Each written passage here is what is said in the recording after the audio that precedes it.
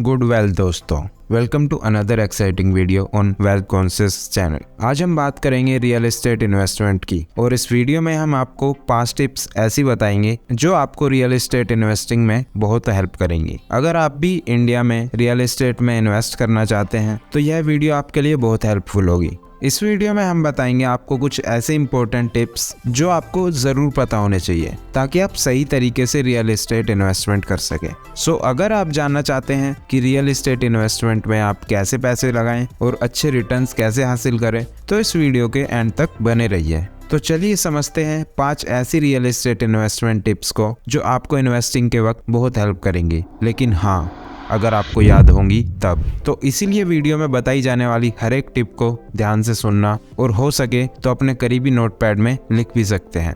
The first tip is location is की। Real estate investment में location बहुत important है। आपको ऐसा लोकेशन चुनना है जहां प्रॉपर्टी वैल्यू बढ़ने के चांसेस ज़्यादा हैं, जैसे कि सिटी सेंटर, कमर्शियल हब्स या फिर डेवलपिंग एरियाज। इसके पीछे का कारण है कि यहाँ प्रॉपर्टीज की मांग ज़्यादा होती है और लोगों की सुविधाओं का समावेश होता है। जैसे कि अगर आप एक शहर में हैं और उस शहर में IT हब है तो उस एरिया के आसपास काफ़ी सारे लोगों को नौकरी के लिए शिफ्ट होना पड़ेगा। ऐसे में वो लोग घर या मकान किराए पे लेना जरूर चाहेंगे और इससे प्रॉपर्टी वैल्यू बढ़ती है। इसी तरह कुछ कमर्शियल हब्स भी होते हैं जहां दुकान खोले जा सकते हैं और रेंटल इनकम भी मिल सकती है। ध्यान रखें, जहां प्रॉपर्टी प्राइसेस ज़्यादा हैं वहां से आपको अच्छी रेंटल इनकम मिल सकती है। Let me give you an example. मान लीजिए आपको एक डेवलपिंग एरिया में प्रॉपर्टी परचेज करनी है। यह एरिया शहर के IT हब के पास स्थित है और आने वाले सालों में भी कई मल्टीनेशनल कंपनीज यहाँ अपने ऑफिसेज खोलेंगी। इस एरिया में रहने के लिए काफ़ी डिमांड है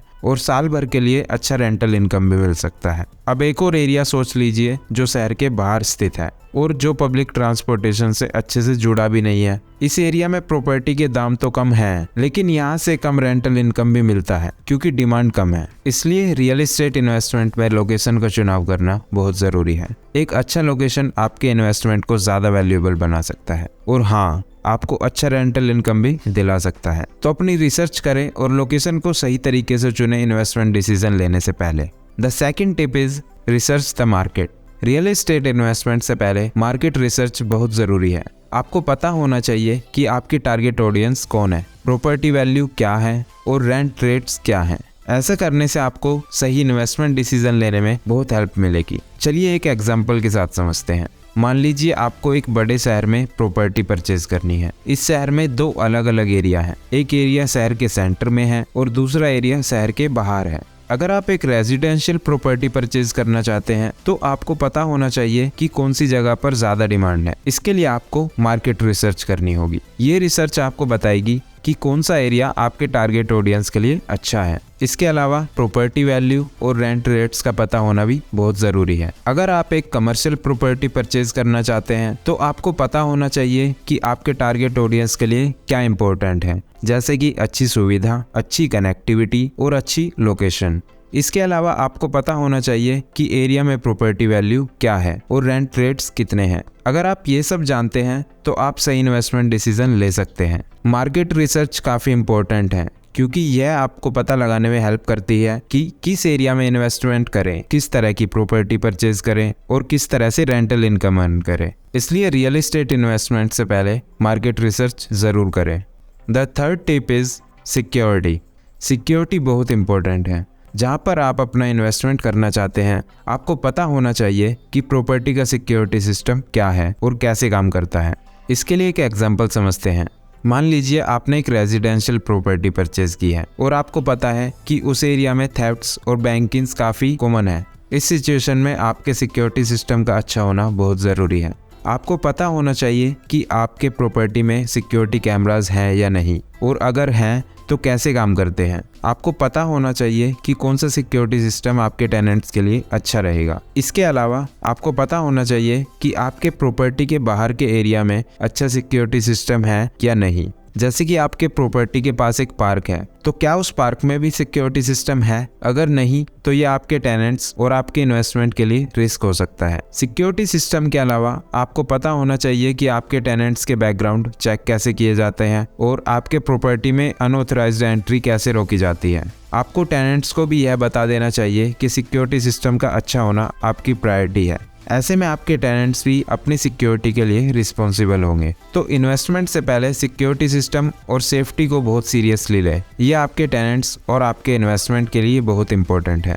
अब आती है fourth tip, don't compromise on quality. Property की क्वालिटी पर कॉम्प्रोमाइज ना करें। आपको पता होना चाहिए कि प्रॉपर्टी कंस्ट्रक्शन मटेरियल क्या है। क्वालिटी प्रॉपर्टी आपको ज़्यादा रेंटल इनकम और प्रॉपर्टी वैल्यू देने में हेल्प कराएगी। इसके लिए एक एग्जांपल समझते हैं। आपने एक प्रॉपर्टी परचेज किया है जिसमें आपको बहुत ही अच्छी डील मिली है, लेकिन आपको पता नहीं है कि प्रॉपर्टी की कंस्ट्रक्शन मटेरियल कितनी अच्छी क्वालिटी की है। ऐसे में आप क्वालिटी पर कॉम्प्रोमाइज कर रहे हैं। आपको ये नहीं पता कि प्रॉपर्टी की कंस्ट्रक्शन में क्या क्या मटेरियल यूज किए गए हैं और उनकी क्वालिटी क्या थी। जैसे कि आपको पता होना चाहिए कि प्रॉपर्टी में कौन सी टाइप की वायरिंग यूज की गई थी, क्या प्लम्बिंग सिस्टम था और कौन से बिल्डिंग मटेरियल्स यूज किए गए हैं। ऐसा करने से आपको पता चलेगा कि आपकी इन्वेस्टमेंट कितनी ड्यूरेबल है। क्वालिटी प्रॉपर्टी के अलावा आपको पता होना चाहिए कि प्रॉपर्टी की मेंटेनेंस कैसे की जाती है। अगर आपका प्रॉपर्टी मेंटेनेंस प्रॉपर्ली नहीं किया जाता है तो प्रॉपर्टी वैल्यू और रेंटल इनकम दोनों में प्रॉब्लम हो सकती है। आपको प्रॉपर्टी की रेगुलर चेकअप और मेंटेनेंस के लिए एक प्रॉपर्टी मैनेजर हायर करना चाहिए। तो इन्वेस्टमेंट से पहले प्रॉपर्टी की क्वालिटी पर कॉम्प्रोमाइज ना करें। आपको पता होना चाहिए कि प्रॉपर्टी कंस्ट्रक्शन मटेरियल कितनी अच्छी क्वालिटी का है। क्वालिटी प्रॉपर्टी आपको ज्यादा रेंटल इनकम और प्रॉपर्टी वैल्यू देने में हेल्प कराएगी। इवन आपके टेनेंट्स भी इससे बहुत खुश होंगे क्योंकि आखिर उनको एक अच्छी प्रॉपर्टी मिल रही है।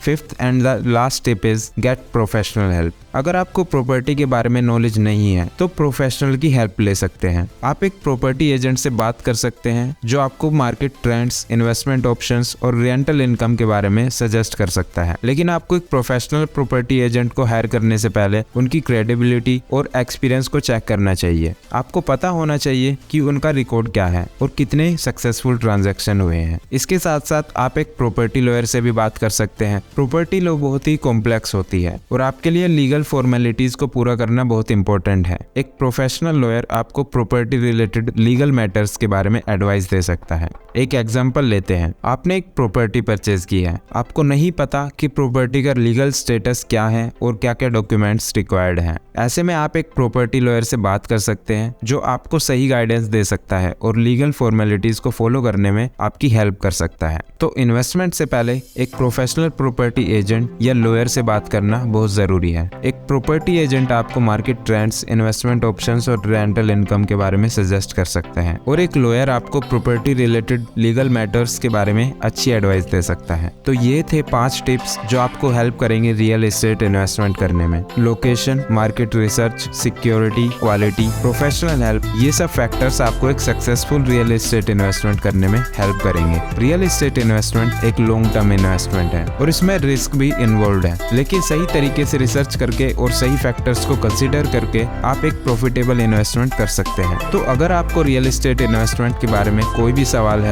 तो कमेंट सेक्शन में पूछ सकते हैं। और अगर आपको ये वीडियो अच्छा लगा तो इसको लाइक और शेयर जरूर करें। और हाँ, अगर आपको किसी भी फाइनेंस, बिजनेस और इन्वेस्टमेंट से रिलेटेड वीडियो चाहिए हो तो आप कमेंट बॉक्स में मुझे वो भी बता सकते हैं। सो बाय बाय दोस्तों, and at last good wealth.